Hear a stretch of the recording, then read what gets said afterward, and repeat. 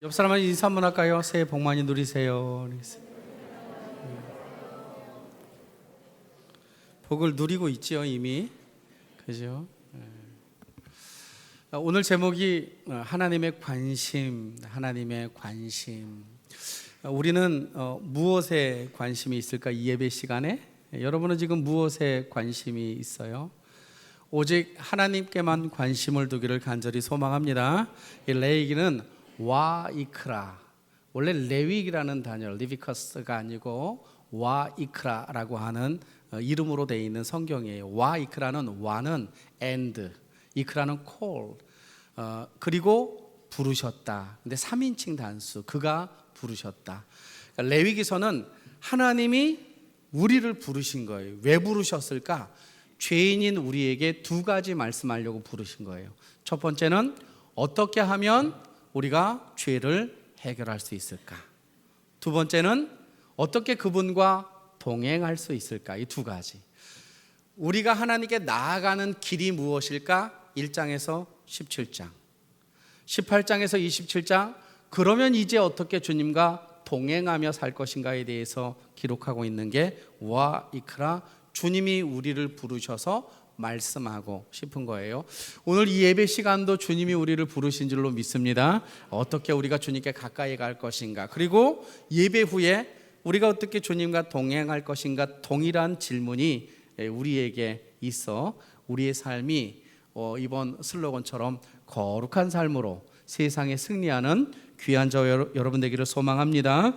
오늘 보면 44절을 다시 한번 읽어보면, 나는 여호와 너의 하나님이라, 내가 거룩하니 너희 몸을 구별하여 거룩하게 하고, 밑줄 한번 그으세요. 거룩하게 하고 땅에 기는 길 짐승으로 말미암아 스스로 더럽히지 말라. 밑줄 한번, 스스로 더럽히지 말라. 5절, 45절, 나는 너희의 하나님이 되고 너희를 애굽 땅에서 인도하여 낸, 밑줄 한번 그어보세요. 인도하여 낸 여호와라, 내가 거룩하니 너희도 거룩할지라, 이렇게 말씀하셨어요. 오늘 제목이 하나님의 관심인데 레위기서 전체의 주제는 거룩이에요. 거룩. 여러분, 거룩이 중국말일까요? 한국말일까요? 순수 한국어입니다. 거룩할 거자, 거룩할 룩자 없어요. 거룩할 성자는 있습니다. 그러면 성결 뭐 이런 식으로 해야 되는데, 거룩은 우리나라 말이에요. 거룩이란 뭐냐? 깨끗하고 위대하게, 이런 뜻. 깨끗하고 위대하게, 이런 뜻입니다. 하나님의 관심은 우리의 거룩에 있다. 우리가 이 땅을 살아가는데 그러면 어떻게 거룩해질 수 있는가, 이런 거죠. 어떻게 거룩해질 수 있는가? 거룩 그러면 정결하고 깨끗하고 죄 안 짓는 뭐 그런 느낌이 들지요. 그죠? 여러분, 제가 거룩할까요? 거룩하지 않을까요? 그래요? 고마워요. 여러분 얼굴 한번 보세요. 서로 옆 사람 얼굴 한번 보세요.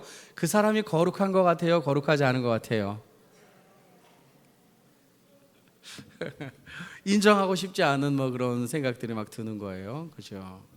나는 거룩한데 얘는 왜 안 거룩하지? 혹시 이렇게 생각하시는 나쁜 사람이 있어요? 나는 거룩한데 왜 얘네는 이럴까, 이런. 우리가 오늘 44절에 읽은 거룩은 어떻게 우리에게 주어지는가? 44절, 나는 여호와 너희 하나님이라, 내가 거룩하니. 거룩은 오직 누구에게만 쓸 수 있느냐? 하나님에게만 쓸 수 있어요. 거룩이라는 단어는 하나님만 거룩한 거예요. 근데 우리에게 요구를 해요. 내가 거룩하니 너희도 몸을 구별하여 거룩하게 하고. 거룩하게 하고를 좀 어려운 표현 쓸게요. 완료형이에요. 완료형. 초등학교 중학생이면 알 수 있는 완료형은 이미 끝난 거예요. 자, 그러면 우리는 이미 거룩하게 되었다라고 말하는, 옆 사람 얼굴 다시 한번 보세요.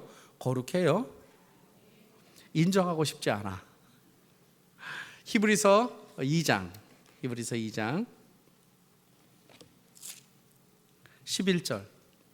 왜 우리가 거룩한가에 대해서 한번 제가 증명해 줄게요. 우리는 자꾸 죄를 안 짓고 살아야지, 쟤네처럼 살면 안 돼, 이렇게 해서 거룩을 이상하게 만드는데 그렇지 않아요. 거룩은 2장 11절, 히브리서 2장 11절, 거룩하게 하시는 이 예수, 우리를 거룩하게 하시는 이는 예수다. 어떻게 예수가 우리를 거룩하게 하시느냐? 십자가에서 자기 몸을 들여 그 보혈의 피로 우리를 덮기 때문에. 자, 또 11절, 거룩하게 하시는 이와 거룩하게 함을 입은 자들. 누구? 그의 백성. 거룩함을 입은 자들, 완료형. 이미 거룩해졌어요. 너희들 그렇게 살면 안 돼, 거룩하게 살아야지 라고 말하는 게 어쩌면 틀려요. 우리는 이미 거룩한 거예요. 그러면 거룩하게 살라라는 의미는 뭔가? 그건 두 번째 주제에 있어요. 그 두 번째 주제 때 얘기할게요. 우리의 신분은 이미 거룩하게 되었다. 또 한번 읽어드릴게요. 11절, 거룩하게 하시는 이와 거룩하게 함을 입은 자들이 다 한 근원에서 났다. 한 근원이 누구? 예수. I'm sorry. 하나님. 하나님에게서 누가 나온 거예요? 예수가 나오고 하나님의 백성이 나온 거. 그러니까 우리의 근원은 누구예요? 하나님. 예수도 하나님으로부터 나왔고 우리도 하나님으로부터 나온 거예요. 예수의 보혈의 은혜로 우리가 거룩함을 선물로 받게 되었죠. 자, 제가 질문해 볼게요. 우리는 거룩한 자인가요? 아직 안 거룩한 자인가요? 거룩한 자라고 분명히 얘기했어요. 우리는 다 거룩한 자라고 얘기했어요. 근데 왠지 안 거룩하죠, 그죠? 왠지 이게 틀린 것 같은 느낌이 막 들어요, 그죠? 또 읽어볼게요. 11절, 거룩하게 하시는 이와 거룩하게 함을 입은 자들이 다 한 근원에서 난지라. 그러므로 형제라 부르시기를 부끄러워하지 않았다. 누가? 예수가 우리를. 히브리서 10장 10절 뒤로 넘기면 히브리서 10장, 어떻게 우리를 거룩하게 하셨을까?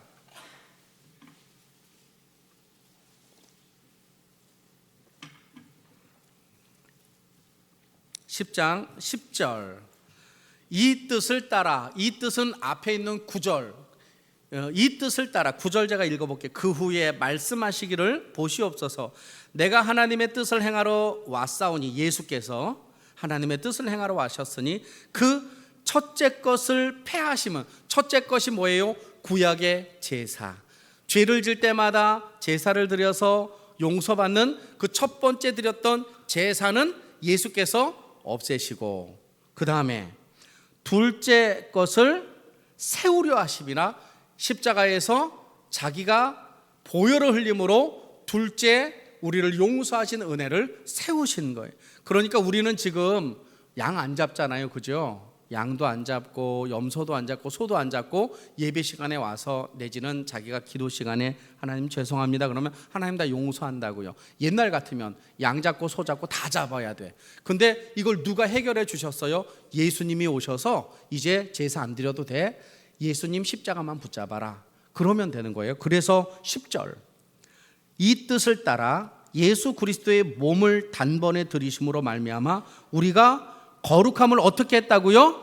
얻었다 그랬어. 이미 얻은 거예요. 어이구, 얻어버렸네. 거룩해져 버렸네. 옆 사람 얼굴 다시 한번 보고 이렇게 이야기합니다. 당신은 거룩합니다. 이렇게. 그러니까 하나님의 관심은 거룩에 있는데, 거룩이라는 것은 구별되다 이런 뜻을 가지고 있어요. 구별되다. 하나님의 뜻은 우리의 거룩에 있는데 이미 거룩한 신분을 가진 우리는 세상 사람들과 구별되어 있어야 돼요.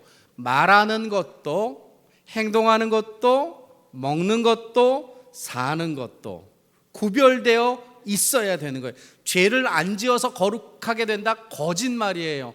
여러분, 이 중에 죄를 안 지은 사람은 저 빼고 다 죄 짓잖아요, 그죠? 죄를 안 짓는 사람은 없어요. 왜요? 우리는 죄성을 가지고 있기 때문에, 죄의 성향을 가지고 있기 때문에 그래요. 오리겐이라고 하는 초대교회 학자가 있습니다. 이 오리겐이 참 훌륭한데, 이분이 하나님 앞에 어떻게 거룩하게 살 것인가, 경건하게 살 것인가를 고민하다가 극단의 조처를 자기 몸에 취해요. 이분은 금욕주의자인데 하나님 앞에 거룩하게 사는데 자꾸 자기를 방해하는 게 하나가 있었는데 그게 성욕이었어요. 성욕이 수도사인데 끊임없이 자기에게 성욕이 이렇게 끌어오르는 거예요. 이 성욕 때문에 도대체 수도를 못하는 거예요.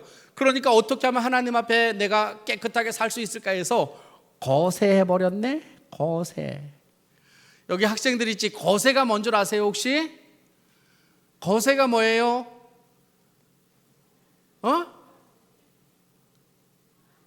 거세는 거세예요. 그죠? 질문할게요. 여러분, 성욕을 느끼는 게 죄인가요?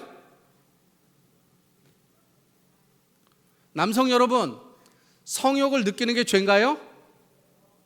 똑바로 대답하세요. 성욕을 느끼는 게 죄예요?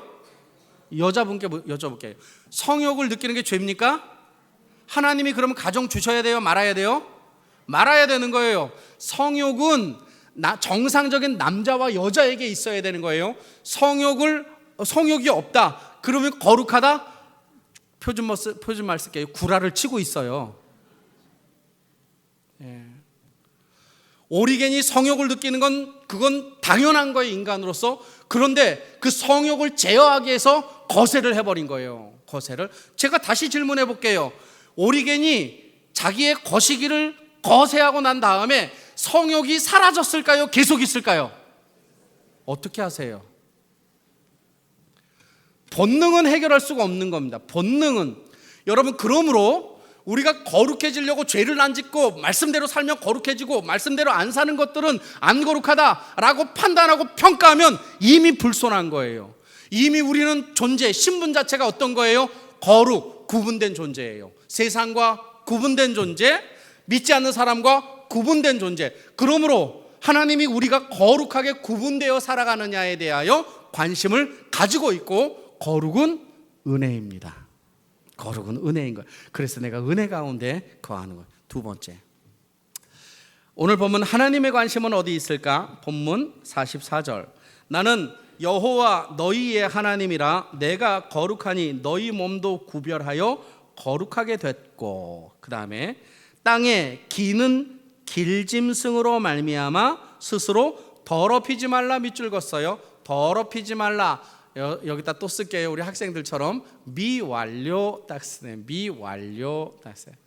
이거 문장이 두 개야. 하나는 완전하게 됐는데 하나는 미완료. 뭐는 완벽하게 됐느냐? 신부는 완벽하게 됐어요. 여러분, 우리는 빛이지요. 그죠? 마태복음 5장. 우리가 빛이 되어야 되는 건 아니죠. 이미 너희는 세상의 빛이고 너희는 세상의 소금이니 빛처럼 살아가고 소금처럼 살아가면 되는 거예요. 우리가 소금처럼 살아야 소금이 되고 빛처럼 살아야 빛이 되는 게 아니에요. 구원받은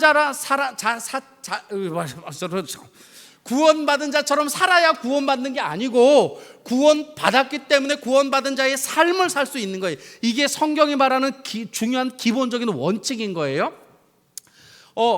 하나는 완성됐어요. 뭐는? 죄는 해결됐어요. 신분은 거룩하게 되었어요. 근데 문제가 하나 있는데, 우리의 죄성은 길짐승으로 말미암아 더럽혀지는 일이 미완료, 죽을 때까지 일어난다는 거예요. 죄성은 죽을 때까지 사라지지 않는 거예요. 우리에게 혼돈인 거예요. 우리가 거룩한 자인데 거룩한 삶을 살아야 되는데 자꾸 내 삶에서는 더럽혀지는 일들이 내 삶 가운데 계속 일어나고 있는 거야. 언제까지 일어나는가? 죽을 때까지 그 일이 일어난다는 거예요. 근데 그럼에도 불구하고 오늘 본문을 잘 보면 44절. 나는 여호와 너희의 하나님이라 내가 거룩하니 너희 몸을 구별하여 거룩하게 하고 땅에 기는 길짐승으로 말미암아 스스로 더럽히지 말라라고 말하면서 이 11장은 27장 레위기 27장 전체의 핵심 구절이에요. 그런데 참 희한한 건 뭐냐면 앞에 10장까지는 제사 제도 제사장의 이야기가 나오는데 너희 몸을 거룩하게 구별하라는 명령어가 없다가 오늘 본문 11장 본문에 나와서 11장 이야기를 다 하고 난 다음에 너희는 거룩하라라고 명령하는 거예요. 근데 이 거룩하라고 명령하는 그 명령이 어디로부터 나오느냐 하면 먹는 것에서 거룩하라 그런 거예요. 먹는 거에서 거룩하라. 아니, 제사 드리는 거에서 거룩해야 되지 않나요? 기도 드리는 거에서 거룩해야 되지 않나요? 죄에서 거룩해져야 되지 않나요? 근데 그것은 거룩하라라고 말하지 않고 그것들은 거룩하고 너희가 어떻게 살아야 되느냐? 앞으로 거룩하게 살아야 되는데 먹는 거 가지고 거룩하게 살라고 말하는 거예요. 11장 1절에서 8절은 짐승, 땅에 기는 짐승을 어떤 것은 먹고 어떤 것은 먹지 말아라. 이게 8절까지 기록되어 있고, 그 다음에 9절부터 12절은 어떤 물고기는 먹고 어떤 물고기는 먹지 말아라. 그 다음에 13절부터 19절 어떤 새들은 먹고 어떤 새들은 먹지 마라. 그 다음에 20에서 23절 어떤 곤충은 먹고 어떤 곤충은 먹지 말아라. 24절부터는 계속 반복. 그러니까 먹는 거 가지고 너희가 스스로 너희를 더럽히지 말라라고 이렇게 이야기하는 거예요. 여러분, 근데 오늘날은 거룩한 짐승, 부정한 짐승 있나요, 없나요? 없지요. 마태복음 5장 17절 한번 찾아보세요. 뒤로 넘기면 마태복음 5장 17절.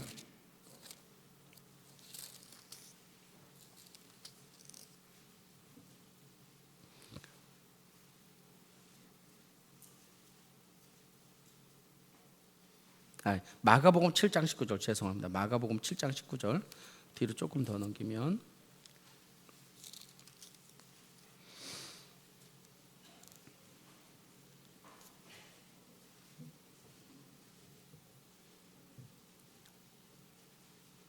마가복음 7장 19절을 같이 한번 읽어보겠습니다. 시작. 이는 마음으로 들어가지 아니하고 배로 들어가 뒤로 나감이라. 이러므로 모든 음식물을 깨끗하다 하시니라. 누가? 예수님이. 구약에서는 이거는 부정하고 이거는 정하고, 그래서 이거는 먹고 이거는 마시지 말라 그랬었는데, 예수님이 오시고 나서 모든 음식은 다 깨끗하다 말했어요. 자, 그러면 문제가 하나 생기는 거예요. 무슨 문제가 생기느냐? 너희는 길 짐승으로부터 스스로 너희를 더럽히지 말라라고 하는 이 말씀은 우리에게 해당이 돼요, 해당이 되지 않아요? 해당이 돼요, 해당이 안 돼요? 해당이 안 돼. 지금은 다 먹는데 돼지고기 안 드시는 분 다 먹잖아요. 오징어 안 드시는 분 다 먹. 순대, 선지 다 먹잖아요. 안 드시는 분도 있어요. 안 먹는 아이가 있구나. 그러면 우리가 거룩하게 살려고 하는데 하나님이 지금 부정한 것에서 너희를 더럽히지 말라고 했는데 우리는 음식하고 관계없잖아요. 근데 이것은 이런 뜻을 가지고 있어요. 여러분, 우리가 하나님의 백성으로 거룩하게 사는 것이 예배를 통해서 거룩하냐 거룩하지 않느냐를 구별해내기가 어려워요. 옆 사람들 얼굴 한번 보세요. 거룩해요, 안 거룩해요? 거룩하죠. 근데 하나님은 우리의 그 거룩이 먹고 마시는 일상에까지 이어지기를 원하는 거예요. 여러분, 음식 먹는 거는 숨길 수가 없어요. 음식은 유대인들이 지금도 유대교인 또 그리스도인이 된 유대교인들도 지금도 이 레위기 11장을 지켜서 밖에서 음식을 시켜서 먹잖아요. 그러면 요거는 먹고 요거는 먹지 않고 구분을 한단 말이에요. 그 구분을 하는 걸 통해서 이 사람이 유대인이구나 유대인이 아니구나가 판가름 나는 거예요. 근데 우리는 안 그래요. 우리는 온전히 다 먹어요. 조금 우리에게 점수를 주자면 어떤 사람은 음식을 먹을 때 기도하고 먹고, 내지는 뭐 이렇게 십자가 이거 그리고 먹고, 어떤 사람은 안 그리고 먹는 거, 이것밖에 차이가 안 나는 거예요. 이 레위기 11장에서 너희는 길짐승으로부터 스스로 조심하라 라고 하는 이것은 일상의 삶에 주님이 관심이 있다라고 하는 거예요. 여러분, 예배 시간에 거룩하지 않은 사람 없어요. 근데 예배 드리고 나가면 우리는 일상에서 무너진다고요. 하나님의 백성임에도 불구하고, 신분 자체가 하나님의 백성임에도 불구하고 다른 사람과 똑같이 싸우고, 다른 사람과 똑같이 생각하고, 다른 사람과 똑같이 행동하는 게, 다른 게 없는, 거룩이라는 뭐라고요? 죄를 안 짓는 것이 아니라 구분되는 것을 말하는 거. 저 사람은 그리스도인이구나, 저 사람은 그리스도인이 아니구나를 구분해내는 것을 말하는 것이죠. 우리가 예수 그리스도를 믿고 우리가 일상 가운데 음식을 구별하여 먹듯이 일상생활에서 내가 거룩한 삶의 열매를 맺어가고 있는가에 대한 문제는 참으로 중요해요. 여러분, 그래서 여기 오늘은 이제 자식하고 부모가 같이 있잖아요. 제가 청소년 사역을 꽤 오랫동안 했어요. 10대 아이들이 교회를 떠나는 이유를 아세요? 어머니 아버지의 위선 때문에 떠나요. 어머니 아버지가 집사하고 장로교 목사인데 아이들이 교회를 떠나는 이유가 뭐냐? 우리 어머니 집사인데 거짓말하고, 우리 아버지 장로인데 거짓말하고, 우리 아버지 목사인데 목사 안 같아요. 그리고 교회를 떠나요. 여러분, 목사, 집사, 장로만 그런가요? 예수 믿는 우리의 가정은 온전한가요? 자녀들이 부모를 봤을 때 일상의 삶이 어떤지, 그의 언어가 어떤지, 자녀를 대하는 태도가 어떤 건지, 그걸 보고 자녀가 누구를 보는 거예요? 그 부모가 하나님의 사람인지 아닌지를 본단 말이죠. 근데 중요한 건 여러분, 제가 면죄부를 드릴게요. 주님은 우리에게 완전한 걸 원하지 않고, 그래도 무엇인가 다를 수 있는 어떤가 하나만 있어도 우리가 하나님의 백성으로 치부받을 수 있는 거예요. 저희 어머니가 행상하셨지 않습니까? 저희는 참 가난하게 살았는데 저가 예수를 믿었어요. 그리고 나중에 우리 어머님 예수를 믿게 했는데 아침에 새벽에 일어나서 저녁에 늦게까지 하루 종일 걸어 다니는 거예요. 그럼 얼마나 피곤하고 힘들겠어요? 근데 어머니가 예수를 믿고 나서, 이제 우리 어머니 천국에 계시니까 제가 확실하게 까발릴게요. 예수 믿고도 전 보러 다니고 그랬어요. 그 온전한 신앙인인가요? 어떻게 생각하세요? 혹시 이 중에 예수 믿으면서 전 보러 다니시는 분 계신가요?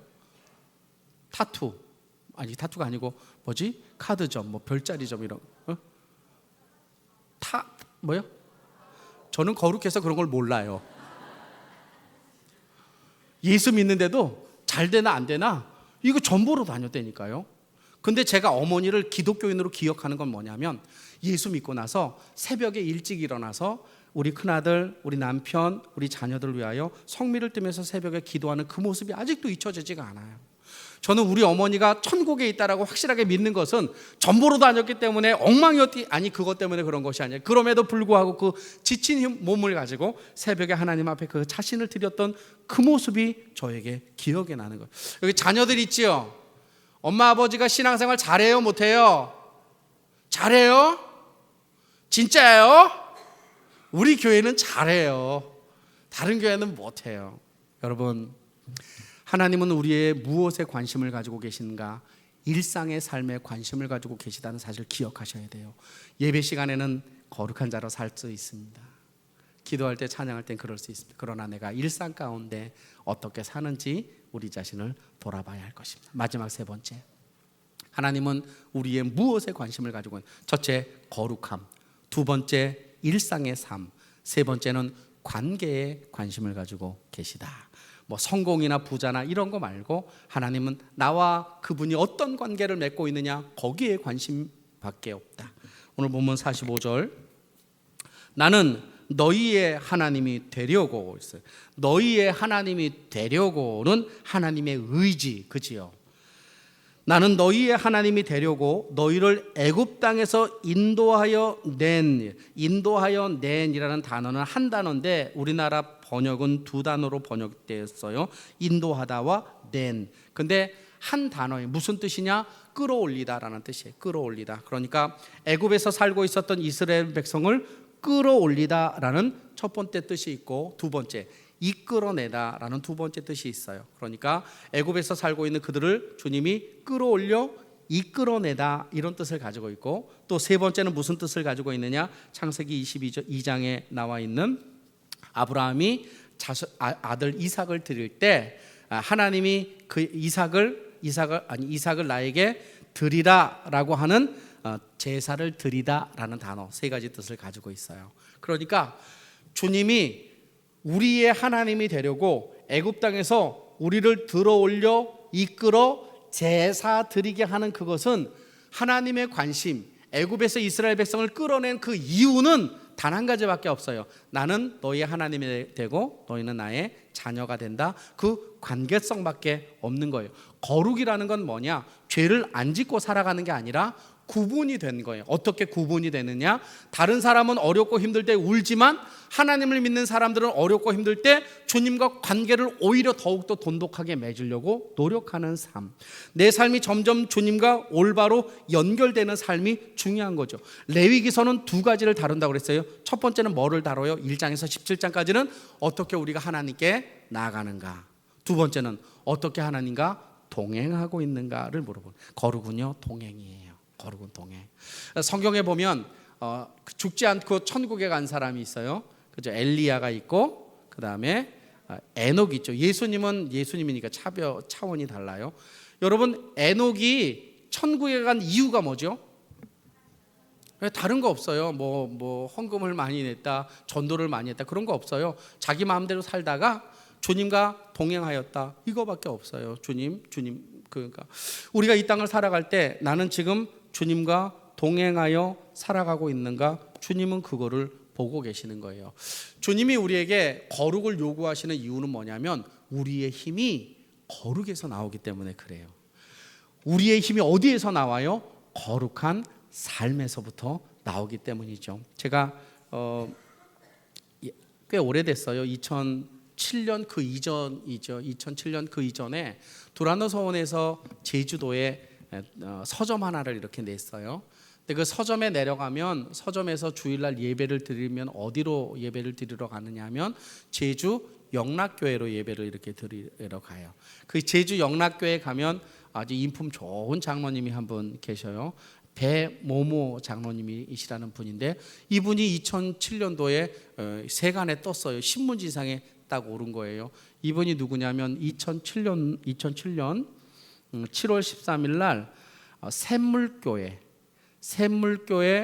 19명과 이 목사님 한 분 20명이 아프가니스탄으로 선교 여행 떠날 때 그들을 인도했던 목사님이 배형규 목사님인데 제주 영락교회 배 장로님 아들이고 저보다 2살 어려요. 2살 어리고 친분이 있어요.